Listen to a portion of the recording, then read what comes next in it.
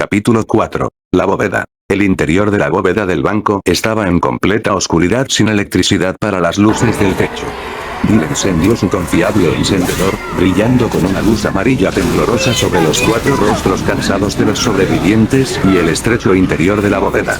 Louis vio una linterna manual en un estante. Oye, apuesto a que esto es de esa tienda al aire libre, dijo, dando cuerda a la manivela. En un momento, la linterna brilló lo suficiente como para que Bill regresara su encendedor a su bolsillo. Francis se recostó contra la sólida puerta de la bóveda mientras Bill, Louis y Zoe se acomodaban a lo largo de las estanterías de alambre en las paredes.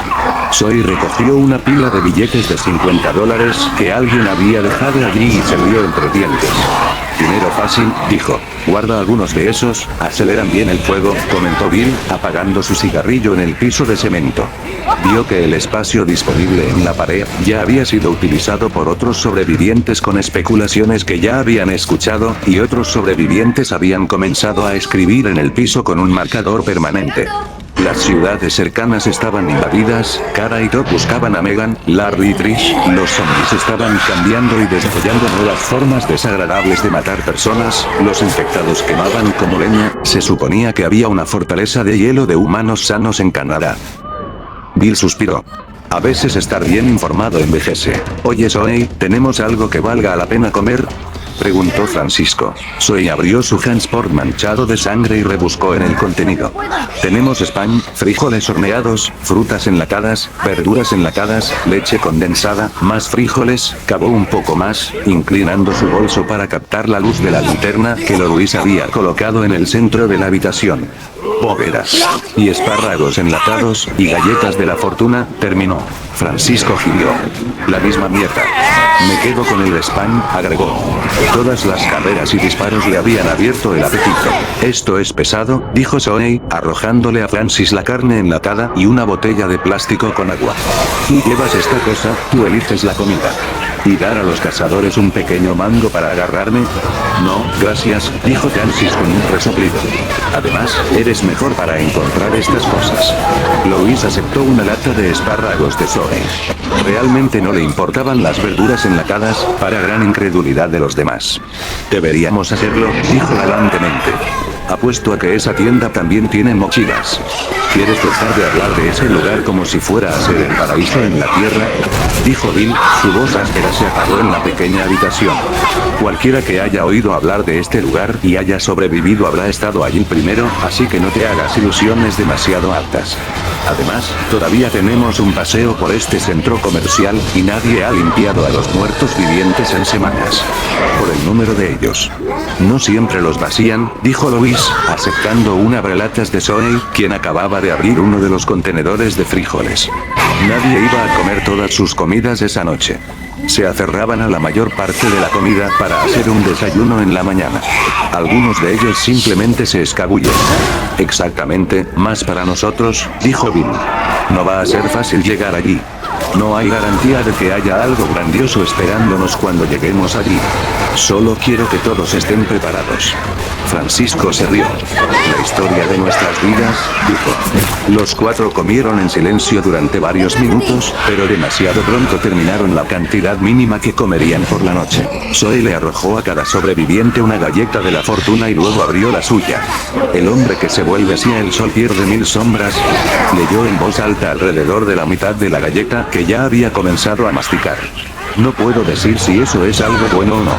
El mío dice hoy tienes muchos amigos, dijo Francis, levantando una ceja ante el trozo de papel. Muchos amigos muertos, tal vez. De una gran riqueza viene una gran desgracia, leyó Louis. Hay una canción sobre eso, ¿sabes? Zoe se rió de eso. Estas no son realmente fortunas, comenzó. Son más como las galletas del confucianismo. No sé, me parecen bastante sencillos, dijo Francis, mirando su fortuna nuevamente y encogiéndose de hombros. Zoe puso los ojos en blanco. ¿Qué dice el tuyo, Bill? ¿Cómo decir pez en chino? Dijo, arrugando el papel y arrojándolo por encima del hombro. Aterrizó en la parte superior de un estante y se deslizó en la oscuridad. Entonces, ¿cómo lo dices? Preguntó Luis. Yo no hablo esa mierda, dijo Bill burlonamente. ¿Podrías pasarme ese marcador entonces? Preguntó Luis. Bill miró, vio el marcador junto a su bota izquierda y se lo arrojó a Luis. Louis lo atrapó y escribió lo mismo que escribía en su limpio yo en cada casa de seguridad. Selina y Rachelle, nos vamos al norte. Louis. Estas eran su hermana y su sobrina. Los había buscado en el complejo de apartamentos donde ambos vivían una vez que la gente comenzó a darse cuenta de que permanecer encerrados en casas ya no era seguro. Nunca los encontró. No había perdido la esperanza de que estuvieran vivos. Así que aquí está el plan de batalla como yo lo veo, dijo Bill, encendiendo un cigarrillo nuevo. Llegaremos a esta tienda, conseguiremos lo que podamos y nos dirigiremos hacia el norte por la carretera. No por la carretera. Habrá demasiados hostiles. Necesitamos suministros, hay cientos de pequeños pueblos en el camino. Creo que deberíamos evitar Nueva York si podemos, también. Simplemente siga recto hasta Toronto. Ahí es donde se supone que están los refugios, ¿verdad? Zoe señaló un lugar en la pared cerca de la puerta. Eso es lo que dijeron allí mismo. Hay personas vivas en Toronto. Me pregunto cómo lo saben. Francisco se rió. No saben nada. Solo están repitiendo lo que escucharon. Levantó la vista cuando algo golpeó contra la puerta de la bóveda. Justo al otro lado, un gruñido amenazador y unos pasos de ambulantes revelaron la identidad de su invitado. Ese es un cazador, dijo Bill. Genial, va a estar allí toda la noche, gimió Francis. Golpeó la puerta con un puño. Vete. Como en respuesta, el cazador afuera gritó y comenzó a arañar el metal sin éxito. Demasiado para las ciruelas azucaradas bailando en nuestras cabezas, suspiró Louis, recostándose contra las estanterías mientras el cazador continuaba gritando. Zoe se puso de pie, quitando el seguro de su escopeta y bombeando la corredera.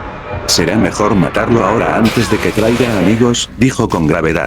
Yo abriré la puerta, tú disparas, dijo Francis. Zoe asintió, y Francis tiró del pesado cerrojo de la puerta y la abrió medio pie, apoyando su pie contra la pared, para darle la palanca para mantener la puerta parcialmente cerrada. El cazador metió inmediatamente su cabeza, un brazo y la mayor parte de su torso a través de la puerta, aullando de molestia por el impedimento.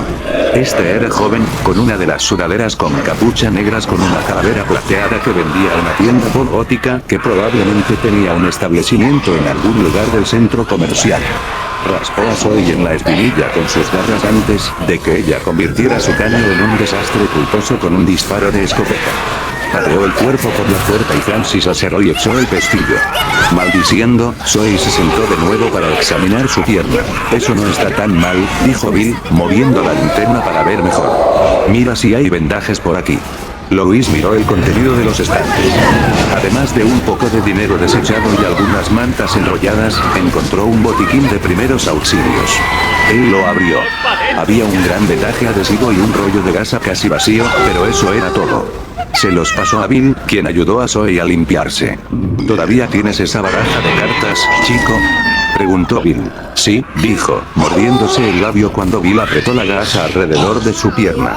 Sacó las tarjetas de un bolsillo delantero de su mochila. ¿Texas Hold'em? Claro, dijo Bill, y los demás se sentaron en el suelo mientras Zoe repartía las cartas. El que más pierda se lleva la mochila mañana cuando salgamos de este lugar. Notas del autor. Gracias por las buenas críticas. Siguiente capítulo, la gran final. ¿Será la tienda de artículos deportivos el material del que están hechos los sueños de los supervivientes? Es solo un paseo por el centro comercial. Seguro que nada puede salir mal.